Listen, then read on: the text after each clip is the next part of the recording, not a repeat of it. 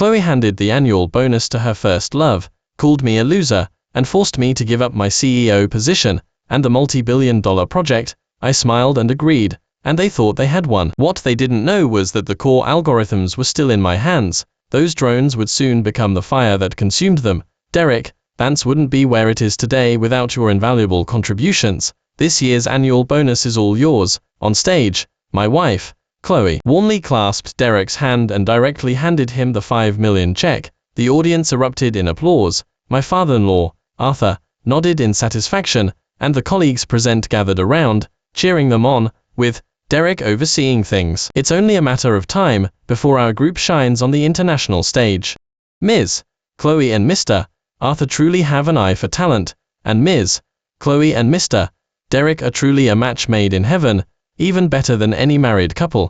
I stood at the edge of the crowd, watching the joyful scene. The technical proposal clutched in my hand crinkled and creased. Today was supposed to be the day of the group's celebration gala, when the annual bonuses were distributed, but just as I arrived at the company conference hall, Chloe received a phone call. They claimed there was a malfunction with the drone system, and insisted I go to the proving to handle it myself. Years of marriage meant I trusted her implicitly. Before I could even eat a bite, I immediately drove to the base, under the blistering nearly 40-degree heat. I led the team in troubleshooting the issue for an entire day, but when I saw Chloe hand the entire annual bonus to Derek, an intern who had been there less than a month, there was nothing left for me to misunderstand. The so-called system malfunction was just an excuse to get rid of me. She simply wanted to give the fruits of over 3 years of my hard work and dedication to her unforgettable first love. Derek seemed to spot me by accident, feigning surprise as he said, "Oh, Mr. Ethan, you are finally here.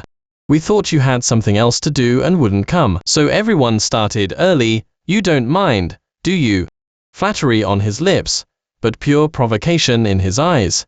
He deliberately flashed the check, displaying the amount written on it. Chloe impatiently glanced at me. "Ethan, what's with that expression? Were we supposed to make the chairman, and all these people wait for you? No wonder you dragged your feet on the last tender. You're good for nothing, only dragging everyone down.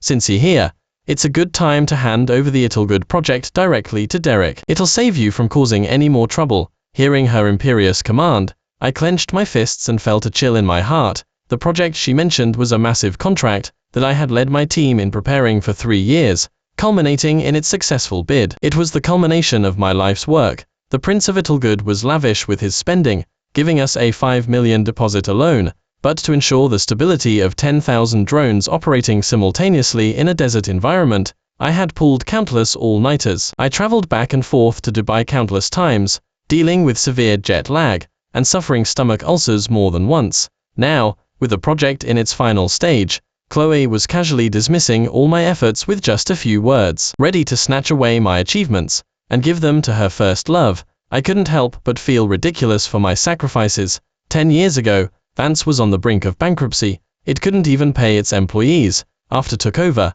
she focused on and said she wanted to get into drones. I didn't hesitate to quit my job at the major tech company, put in all my savings, and accompanied her to start from scratch. But she came from a fashion design background, and couldn't even understand the most basic control code, let alone handle drone road. All these years, I was the sole support for the company's core technology. Every algorithm patent was developed by me. All technical challenges had to be solved by me personally. During the early stages of the startup, when cash flow was difficult, Arthur refused to provide financial support because he looked down on me. It was my parents who sold our hometown house and put in all my savings, painstakingly saved over the years, to subsidize us. That's how Vance was able to come back to life. Only then did my marriage to Chloe get put on the agenda, but it wasn't a marriage where I took a wife. It was as a live-in son-in-law.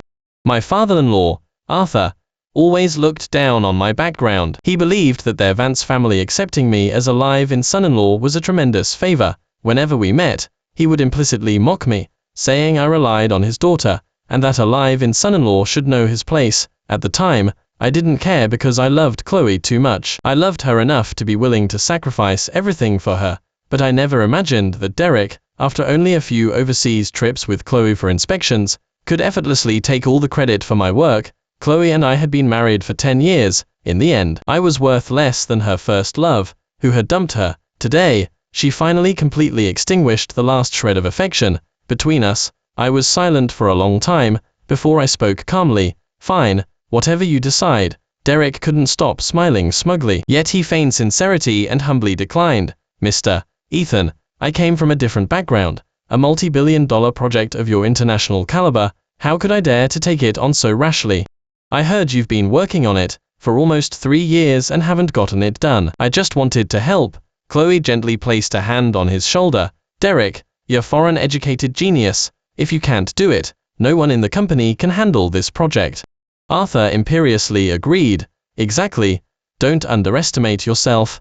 Even if you're not perfect, you're better than that loser. I almost laughed out loud. Derek's diploma was just a piece of paper. He couldn't even grasp basic control theory during his interview. The family was just determined to promote him, paying him an exorbitant salary to keep him around. After comforting Derek, Chloe turned to mock me. Ethan, with your level of competence, if it weren't for me, would you be in your position today?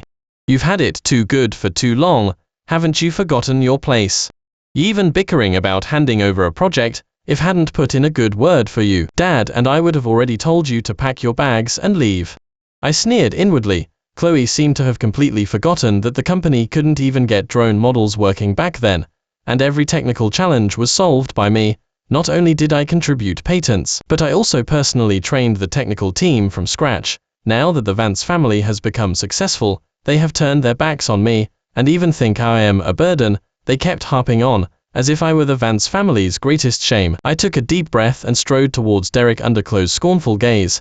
Everyone's eyes darted between us, thinking that I, the loser son-in-law, was finally about to explode. But I just smiled calmly. I took a CEO transfer from my briefcase and tossed it at Derek's feet. It's too tiring to stare at thousands of drones all day. I'll just let you be CEO. For a moment, everyone in the hall widened their eyes, staring at me in disbelief. The executives of Vance whispered, all thinking I was desperate and talking nonsense. After all, everyone in the company knew I had given 10 years of selfless dedication, which led to today's achievements. Mr. Ethan, you are the second in command of our company. It's just a project. Don't ruin your future on a whim. Hearing this, Chloe seemed to think I was threatening her, and she instantly became furious. Ethan, what the hell is wrong with you? I just said a few things, and you dare to throw a fit. You're completely out of line. Let me remind you, you're just a nominal CEO. I am the ultimate decision maker of the group. I sneered inwardly. I was handing over the CEO position. She should have been happy, wasn't seeing her beloved first love rise swiftly through the ranks, the result Chloe had always dreamed of. Derek tightly clutched the CEO transfer, a flicker of greed flashing in his eyes, yet he feigned a selfless demeanor and said, Mr. Ethan, are you saying you want me to be CEO because you're angry? Please don't misunderstand.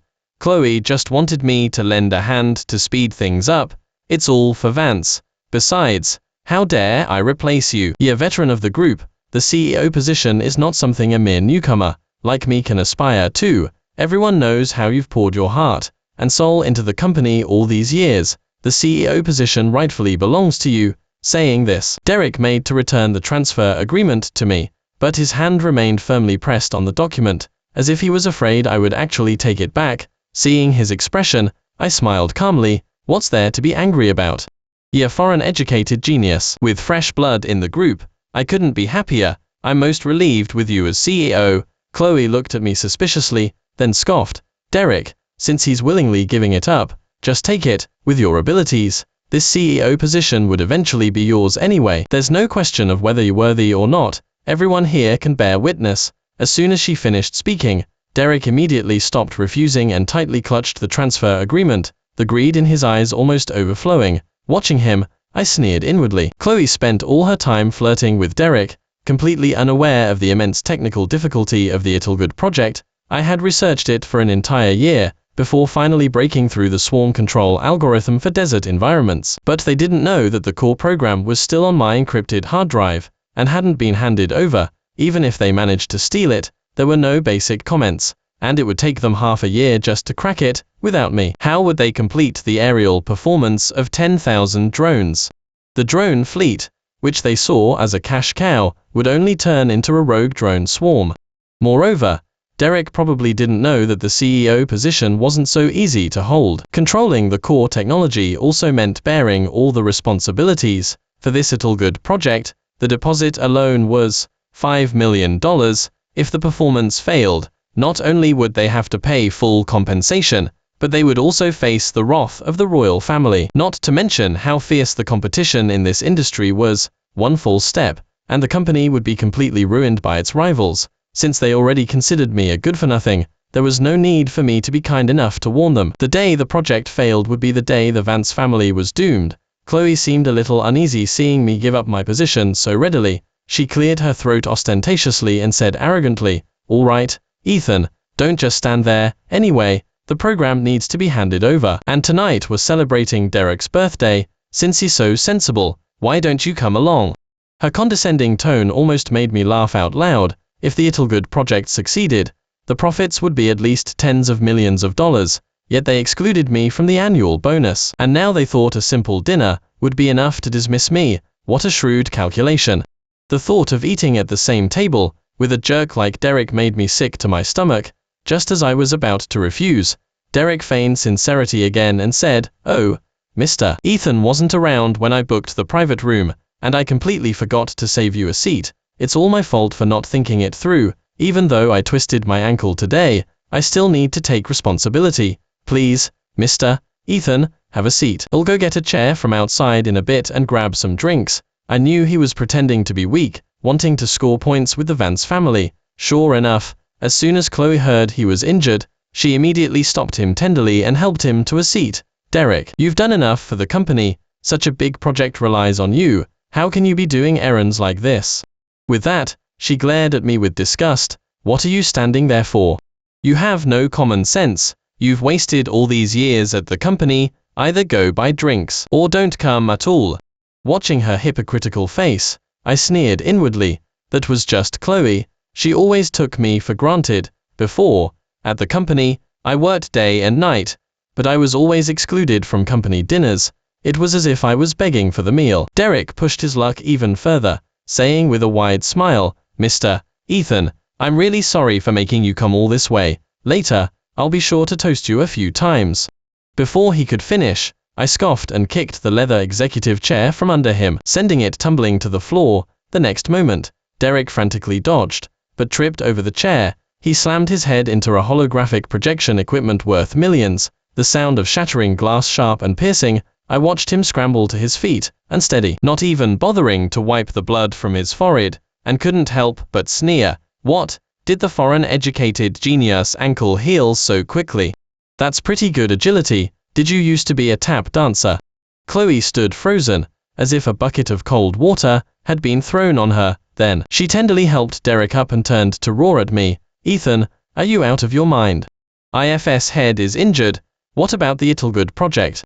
I finally understand what's wrong with you today. You just can't stand Derek being better than you. So you deliberately want to sabotage this project, don't you?" I scoffed, utterly disdainful. Me, jealous of an idiot. And I've already resigned. Stop putting on your S in front of me. I am done with this. Chloe trembled with rage, her eyes red, wanting to say something more. I walked out of the conference hall without looking back, letting the clamor behind me, and Arta's angry shouts gradually fade away. I packed up my office belongings, and looked at the velvet gift box on the table, suddenly lost in thought. It was a custom bracelet I had asked someone to bring back from abroad for me in advance. It was originally meant to be an anniversary gift for Chloe. Now, it seemed utterly ridiculous. Looking at the bracelet, I couldn't help but fall into memories. In college, I regarded Chloe as a goddess. I knew I came from humble beginnings, and wasn't worthy of a rich young lady like her. I only dared to silently watch over her, running errands, buying her food, and doing her homework. She, in turn, took me for granted as a backup option. One day, I found a silver bracelet she had discarded and wanted to return it, but she threw it into a ditch, and directly promoted me from backup to boyfriend. My classmates all said it was because her first love had dumped her, and she was simply seeking revenge,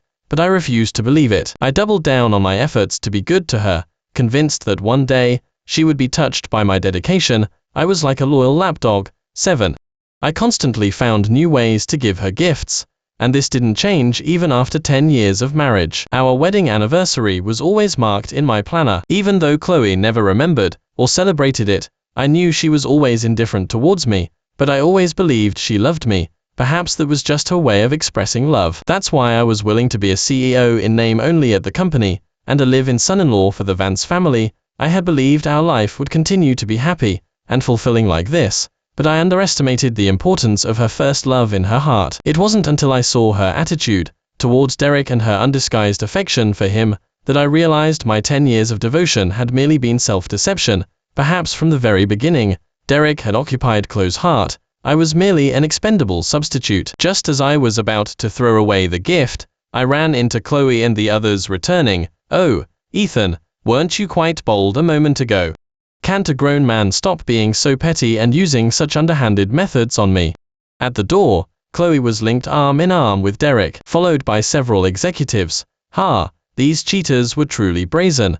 Derek gently tugged Chloe's sleeve and said with feigned sincerity, "Chloe, Mr. Ethan must want to apologize to you. Look at the bracelet in his hand. He probably prepared it specially to beg for your forgiveness and apologize." Chloe paused, then sneered, "HMPH, he thinks buying a cheap bracelet will win me over. If hadn't stopped me today, I would have called security long ago." As she spoke, she reached out and took the bracelet from my hand. I frowned, swiftly snatched it back, and directly tossed the bracelet into the trash can. "Are you insane? You want trash now?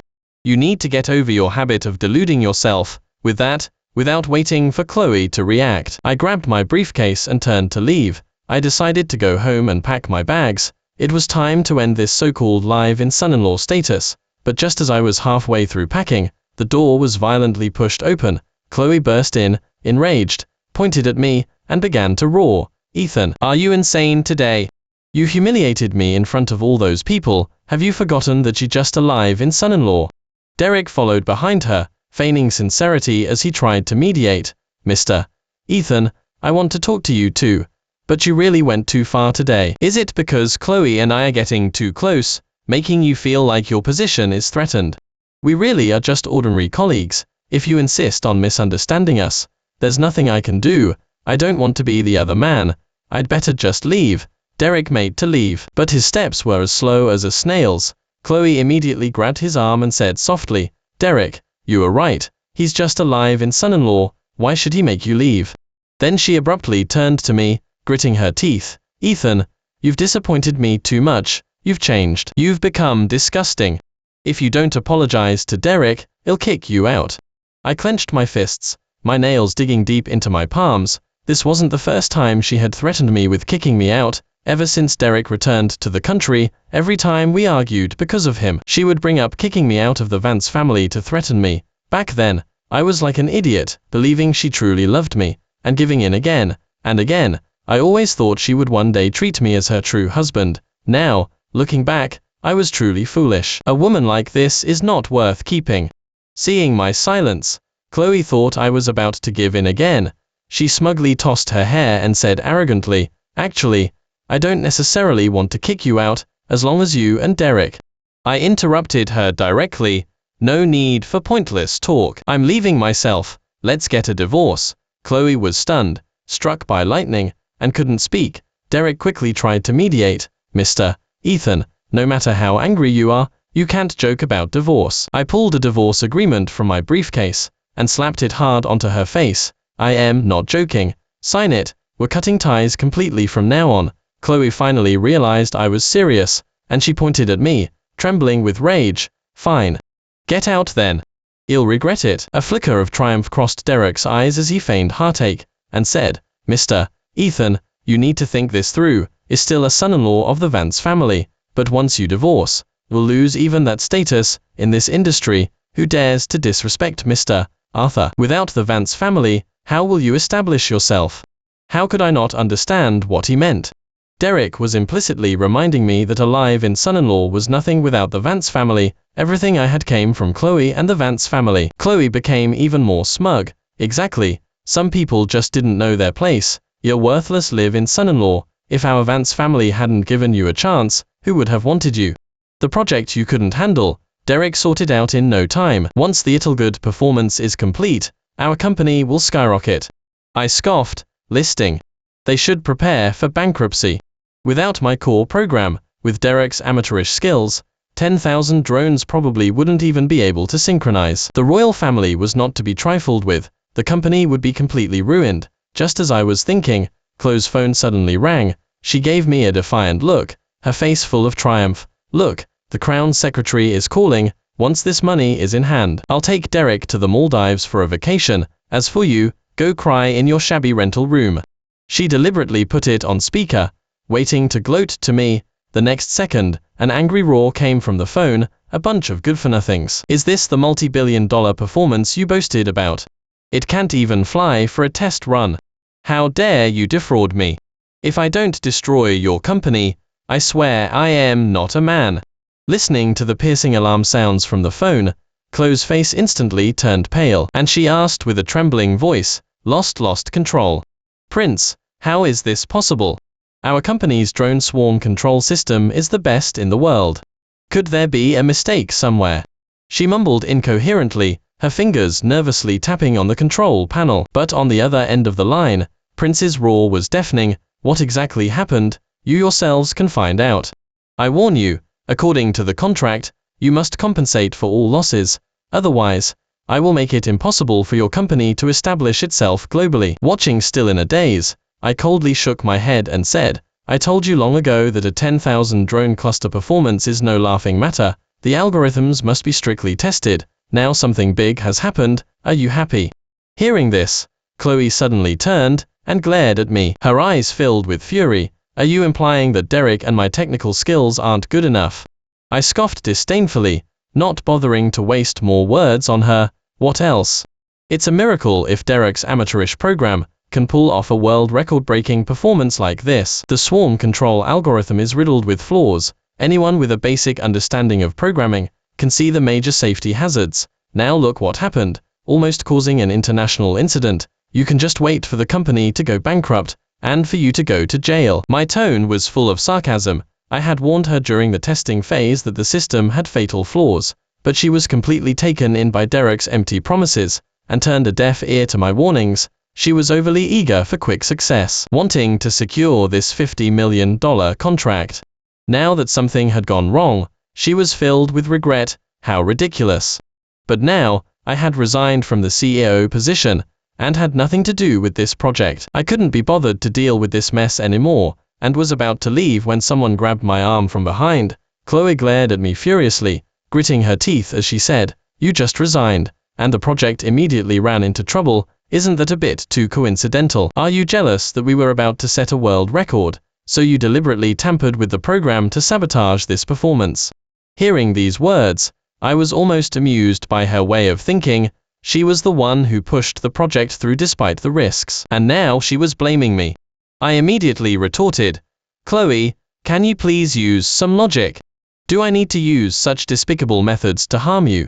But she stared at me haughtily, her eyes full of contempt. "HMPH, you just can't stand Derek, and me leading the company to glory." I was utterly speechless. This person was truly impervious to reason. Since she was so deluded by Derek and so fixated on her so-called glory, then let her reap what she sowed. I couldn't be bothered to argue with her anymore. Think whatever you want. When the investigation team finds out the truth, it'll be the one held responsible. I coldly tossed that sentence, then turned to leave the lab, but desperately clutched my sleeve and shrieked, "Stop right there." She looked completely confident of victory. "What?" Feeling guilty and trying to run away. She sneered, her voice full of provocation. I shook off her hand, barely containing my anger. "Chloe, don't go too far." "I'm going too far."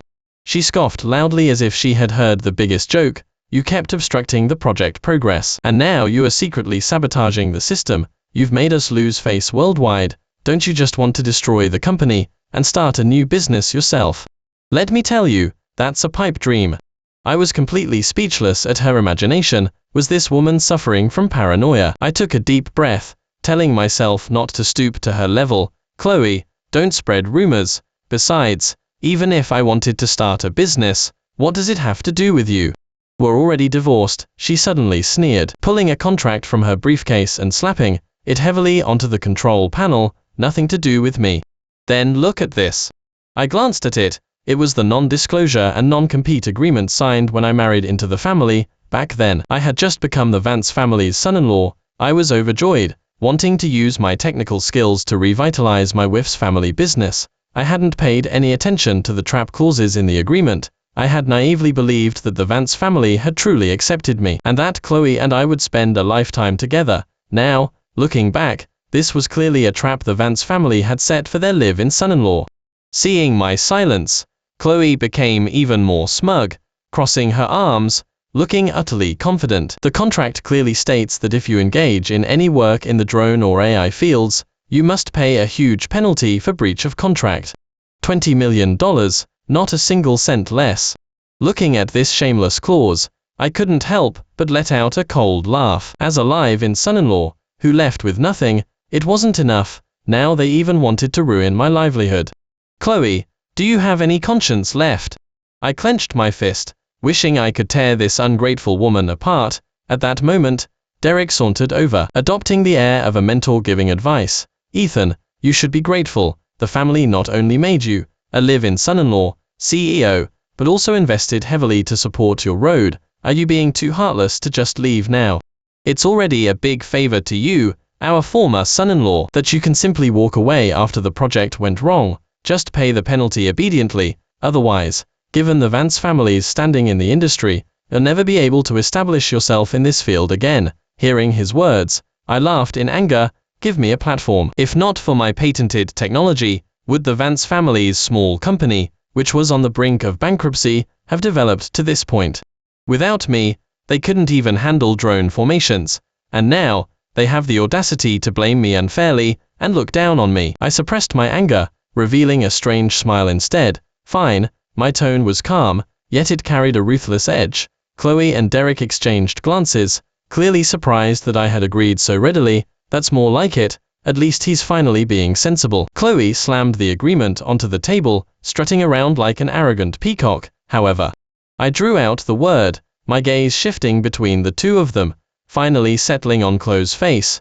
I also have a condition. Chloe frowned impatiently. What condition? Spit it out. I slowly pulled out my phone, brought up a list, and handed it to her. This is the money your family has made from my patents over the years. It's $400 million in total. I haven't received a single cent. Hand it over. Chloe, who had been smug moments ago, instantly turned pale when she saw the numbers on the phone screen. 400 million. Are you insane? How is that possible? She shrieked, like a cat whose tail had been stepped on. I stared at her coldly, my voice laced with ice. Insane or not, it's all clearly written in the ledger. Take a good look at these projects yourself. I scrolled through the screen with my finger, listing each item: the intelligent swarm control system, the 3D spatial positioning algorithm, the anti-interference communication module. Which of these patented technologies isn't the fruit of my labor? And the high-end road equipment and overseas trips you provided him, which of those wasn't supported by my technology? You even embezzled company road funds to build him a so-called innovation lab. He can't even complete a decent project. What does he need an innovation lab for? With each sentence I spoke, Chloe's face grew paler. By the end, she looked as if she had been drained of all energy. Unable to utter a single word, I looked at her coldly, my gaze as sharp as a knife. Why aren't you speaking? Are you feeling guilty now? Why didn't you think about this day before? Chloe opened her mouth, trying to argue, but had nothing to say. Every entry in the ledger was clear, and she was powerless to refute them. She stammered, unable to form a complete sentence. What? You can't come up with the money? I sneered, mercilessly exposing her embarrassment. Right? You've sunk all the company's money into Derek, counting on this little good project to strike it rich, right? Too bad. I drew out my words, my eyes filled with mockery. You'll never see that day. This accident will cost at least $1 billion in compensation. By then, even after company liquidation, it won't be enough to cover it. How will you pay me back? Chloe gritted her teeth in anger, but she was helpless. I couldn't be bothered to waste any more words on her and said coldly, I'm giving you 3 days to buy out my shares at market value. Otherwise, I'll take you to court. After a long pause, Chloe bit her lip and spoke with difficulty. I don't have that much cash right now. Can you give me more time? I had anticipated she would say that, and I pointed at the corporate headquarters. sneering, then mortgage Vance's shares to me. Chloe's eyes widened. She couldn't believe her ears. You are trying to swallow our family business. This building alone is worth over $1 billion. I shrugged contemptuously. Give it or not. I don't care. If I don't receive the transfer within 3 days, you can expect a court summons. With that, I turned and walked towards the elevator. Behind me, Chloe's hysterical shouts echoed. Ethan, you just wait. This isn't over. Her voice, full of venom, was a hateful snarl. The entire next day, Chloe made no move. I felt a subtle unease. Given her vindictive nature, she would never give up so easily. Sure enough, that evening as I walked down the street, I noticed that the way people looked at me had changed. Some pointed at me and whispered. Others deliberately bumped into my shoulder, muttering curses as they walked away. I sneered inwardly. I knew Chloe, and Derek wouldn't let it go. When I got home and checked my phone, I indeed found that I had made headlines in the news. Chloe, acting as a major shareholder of Vance, made a statement. She portrayed me as a ruthless, ungrateful technical traitor. She claimed that I, out of jealousy at being marginalized, maliciously altered the drone control program, leading to the performance accident and resulting in serious casualties. She also issued a statement in the company's name, announcing that my employment had been terminated. She declared that I would be permanently blacklisted from the industry, and that a police report had been filed, vowing to hold me criminally liable. The comments section was overwhelmingly against me. This kind of tech psycho is terrifying. To get revenge, he completely disregarded the safety of tens of thousands of spectators. A typical kept man mentality. Dumped by his wife, he went insane, seeking revenge on society. Wake up, ladies. This is what happens when you give too much power to a live-in son-in-law. Men can never be trusted. Watching the torrent of insults, my hands trembled with anger. Chloe, that ungrateful wretch, was twisting the facts so shamelessly just to shift blame. But I quickly calmed down. I had long foreseen this day. My break with the Vance family was inevitable. So, when the project was handed over, I installed a backup system in the lab, recording all the operational data. I also kept Derek's source code records, which showed how he tampered with the program, as well as the lab surveillance footage. This irrefutable evidence was enough to ruin Chloe's reputation in the industry. I immediately submitted the evidence to the police, and posted it on several important industry forums. The entire drone industry was instantly in an uproar. Everyone then understood that Chloe and Derek were the conniving traitors. They had almost destroyed a great technological innovation. Countless industry peers unleashed a torrent of condemnation on Chloe, but none of this concerned me anymore. I had already packed up all my belongings, and cleared out my workstation at the company. I intended to completely erase this humiliating past, as a live-in son-in-law from my life. After tidying everything, I called a real estate agent, preparing to sell the marital home. Just as I was about to leave, the doorbell suddenly rang insistently. My heart skipped a beat, and I had a premonition that something was about to happen. Looking through the video doorbell, it was Chloe, as expected. Hearing her outside, breaking down crying, I had no choice but to open the door. I said coldly, "Chloe, what are you doing here in the middle of the night?" My icy gaze fixed on her, my tone devoid of any warmth. She stared directly at me, her eyes bloodshot, her entire being looking utterly haggard. Just as I was about to close the door, she suddenly lunged forward, embracing me, and sobbing uncontrollably. "Ethan, I know I was wrong, truly wrong." Chloe clung desperately to my waist, her sobs tearing through the air. In the past, every time she cried like this, I would be overcome with pain. Her tears were my Achilles heel. They always made me soften. But now, I just felt nauseated. I pushed her away forcefully, and asked coldly, "What do you want?" She stumbled, nearly falling. Lifting her tear-streaked face, she choked out, "Ethan, please help me. I don't want to go to jail. This accident resulted in injuries to a member of the royal family, and the compensation amount is astronomical. The company is truly facing sanctions, and people are tracking me, wanting to kill me. Please save me."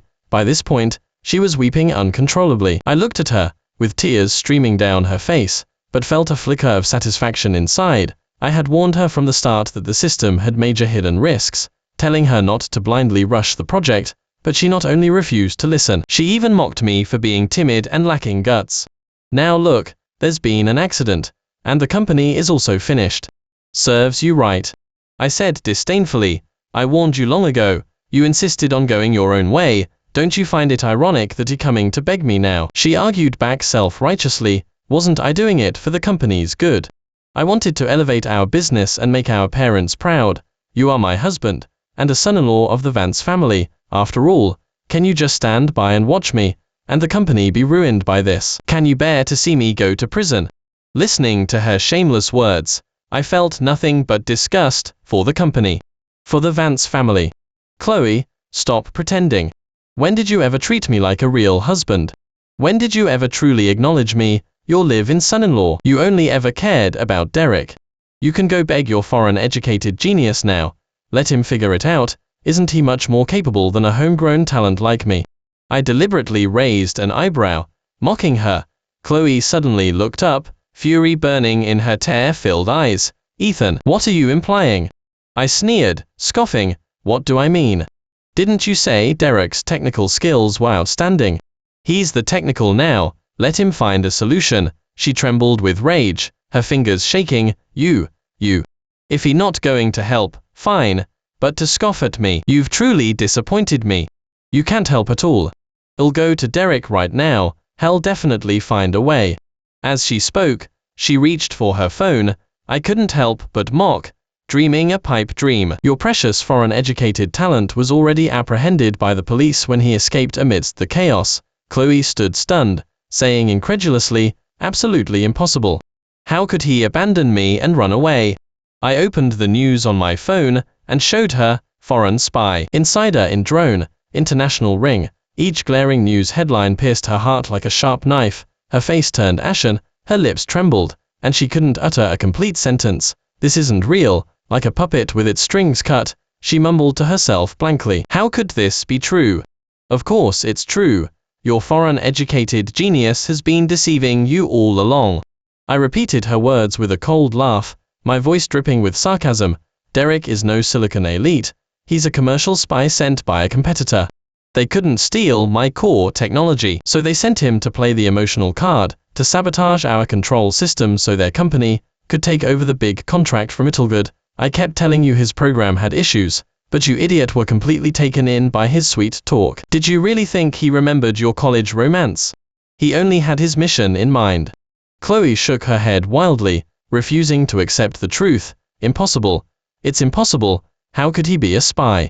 He said he was going to take the company to NASDAQ. I glanced at her with disgust. Believe it or not, now get out of my lab. Stop being an eyesore. You're almost 30. Yet you still believe in true love like a high schooler. It's laughable. Hearing these words, she seemed to lose all strength. Collapsing onto the floor and weeping bitterly, she finally understood that her diligently nurtured dream of reuniting with her first love was merely a meticulously crafted conspiracy. Suddenly, Chloe struggled to her feet and knelt before me. I was startled and quickly stepped back. Ethan, please save me. Only your technology can clear my name now. Tears streamed down her face as she spoke, her voice hoarse. I watched her with a cold gaze, saying nothing. Seeing my silence, she lifted her tear-streaked face, her eyes filled with despair. I'll do anything you want. Don't abandon me. I truly know I was wrong. I looked at her pathetic state. My heart was still. In not admitting you were wrong. It just afraid of going to jail. My icy voice pierced her heart. I turned and walked towards the door. Ethan, save me. I am begging you. She crawled over and clutched my leg, her voice hoarse with desperation. Prince is seriously injured and hospitalized. International sanctions are coming, and no one can take responsibility for me. I violently shook off her hand, looking down at the young lady who once held herself so high. Ms. Chloe, let's get one thing clear. We're divorced now. Your fate has nothing to do with me. After saying this, I strode out of the lab, never looking back at her. After that, I never saw Chloe again. Because the incident resulted in serious casualties, the company couldn't compensate for the losses even through bankruptcy liquidation, and she was sent to prison. As for Derek, he was sentenced to life imprisonment for international espionage and intentionally endangering public safety. It wasn't until half a year later that I saw news about her. She had suffered a mental breakdown in prison. On the way to being transferred to a psychiatric hospital, she took advantage of Derek being brought in for questioning as he passed by and beaten him to death with a rusty pipe. Reportedly, she was consequently sentenced to death, and the execution was imminent. none of this concerned me anymore. Now, I only wanted to focus on drone technology research and development. As for love, it was merely a stumbling block to my career.